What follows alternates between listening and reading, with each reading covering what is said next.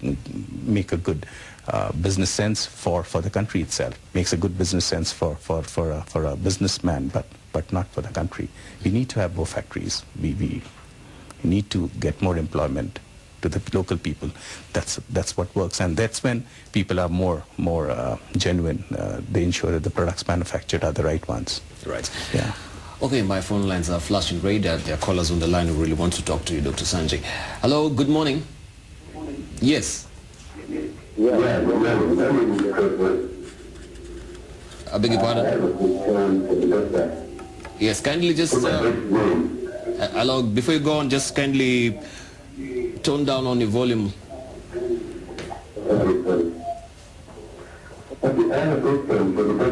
Yes. We talked about a tablet called Zoom.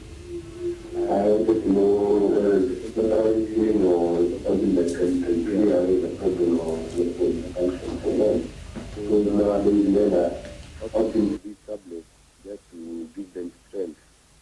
That's the question I have for the doctor. You can kindly just repeat that question. We can barely hear you. It's not very clear. Look about Zoom. Zoom. Oh, yes, the Zoom. Yes. Yeah. And you say that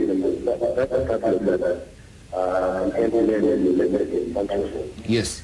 I want to know whether something that can clear the problem or something that is temporary. Because nowadays men are asking for these tablets to help them. That's the question. Right. Another caller on the line? Hello, good morning. Right. Yeah. About Zoom. Is it a one-off, or is it something that maybe I need to be on a regular prescription to clear? Erectile functions, the cause of erectile functions can be many. One can be psychological, the other one can be because of some other disease like diabetes also brings in a problem of erectile function. So it depends upon what a person is suffering with. See, suppose if a person is having diabetes and he might have an erectile dysfunction, so he needs to take that medicine, and after some time if his sugar level goes up again, he gets back into the problem. So it again depends. Then there are psychological issues as well. A person is psychologically disturbed, he may have an erectile dysfunction. So it again all depends how long, how many times to take this particular product, Zoom. They normally say that sex is all in the mind, so... yeah, so the mind, my mind is not directed to the... Yeah. It's 99%, it's psychological, as I said, and right. You're right, yeah. Right. Now, maybe as we're winding up, I should ask you, the herbal medicine research and development, how vibrant is it here in Kenya? Because we've been having bugbears and fears about herbal medicine when people are going for the herbal medicine. Recently we had the Loliondo Wonder, and it has really drawn so many flags from every quarter about the efficacy of that herbal medicine. What is really happening to our herbal medicine research and development in the country right now? See, today in our country, research and development is close to nothing. Forget the herbal medicines, even the allopathic medicines. How many R&D labs do you have here? Not many. So most of the R&D work is done outside the country. All the R&D work is done outside the country, and then the product gets launched. So R&D today, it's not there where pharmaceutical is concerned in Kenya. Right. We have another caller on the line. Hello. Good morning. Hello. Hello. Yes. Good morning. Good morning. Yeah, my name is Andrew. Yes, Andrew. Now, I'm looking at your program. Hello? I can hear you. Yeah, I'm looking at your program. You're talking about herbal medicine. I have a herbal medicine cure for diabetes. Hello? I can hear you. Yeah, it is working. But when I try to register it, hello? Yes, just carry on.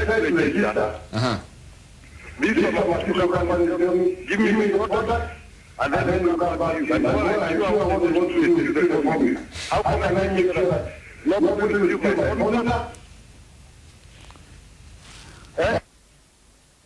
No, how can I give my samples? Nobody will see the formula and take advantage of it. Because everybody I approach, he tells me, give me the samples, we check it, and then we'll come back to you. How can I make sure nobody steals my formula? Of intellectual property there, and exactly. How can you help, Mr. Andrew? So, I mean, what Andrew should do is get in touch with the pharmaceutical company, get into a proper agreement, and then go ahead with it. But Andrew says he's done that before, and these authorities, they have been not very cooperative. It's not like that. See, if the agreement is rightly formatted and rightly signed off by a good company, I think most of the companies stick to that agreement, and that's what the intellectual property rights are for. I mean, we also take formulations from many companies, and there's a proper agreement in place, so there are ways of doing it. And it's not necessary that a company, so he has to, I mean, I don't know which company he has dealt with earlier, but then deal with the right company and things work the right way.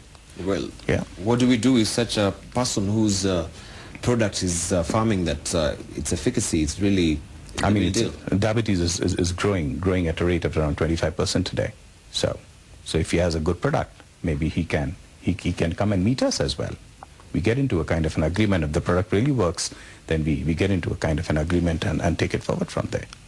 And I'm most certain that maybe he's speaking for most Kenyans who really, they have these products and they're really working, but they do not know what is the way to go forward to actually get it registered and have the intellectual property ongoing. See, that's what my earlier statements that I made. That there are very few pharmaceutical companies in Kenya. I think we have around 36 pharmaceutical manufacturing companies in Kenya. So he needs to approach a proper pharmaceutical companies which can sign a proper agreement and then take it forward. I don't see a big problem. It happens all over the world wherein people have a formulations, they come and meet up with a company, get into a tie-up, and then they take it forward. But it has to be properly documented. That's what's required. Right. Now, you earlier mentioned that about R&D not having a family grounding here in Kenya, and I'm wondering, you as a stakeholder, then what are you doing to help this? Well, we are in process. We see our group has got an R&D facility. As I told you earlier, we are associated with Aspen, which has 60% stake. We have an R&D facility in South Africa. We have a small R&D facility in Tanzania, in our own premises.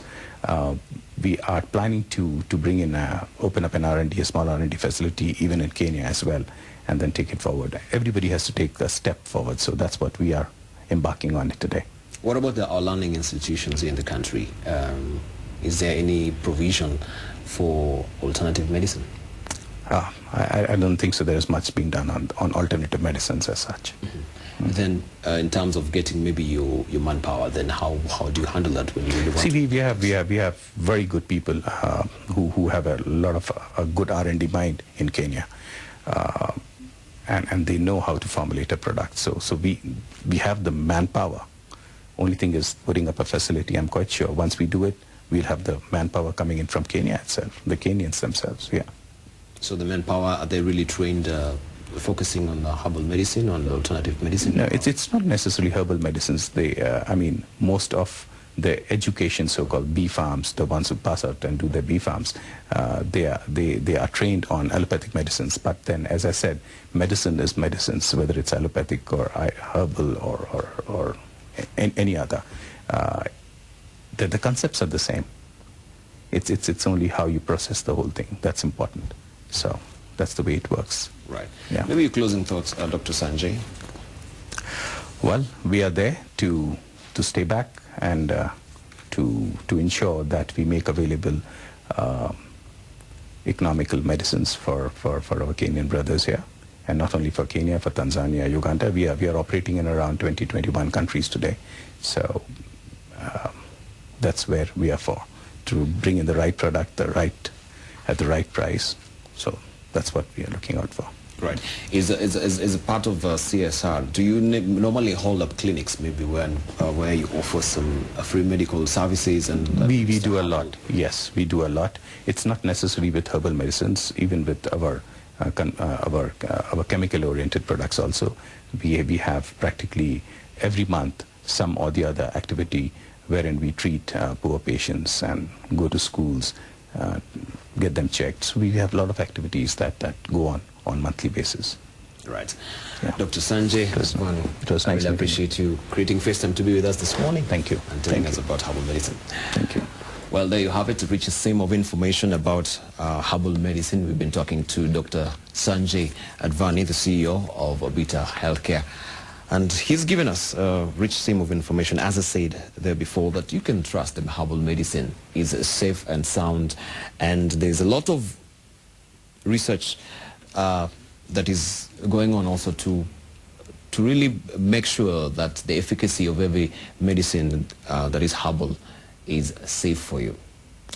Right, I'll leave you with the words of Paracelsus, who says, man is ill because he never steals.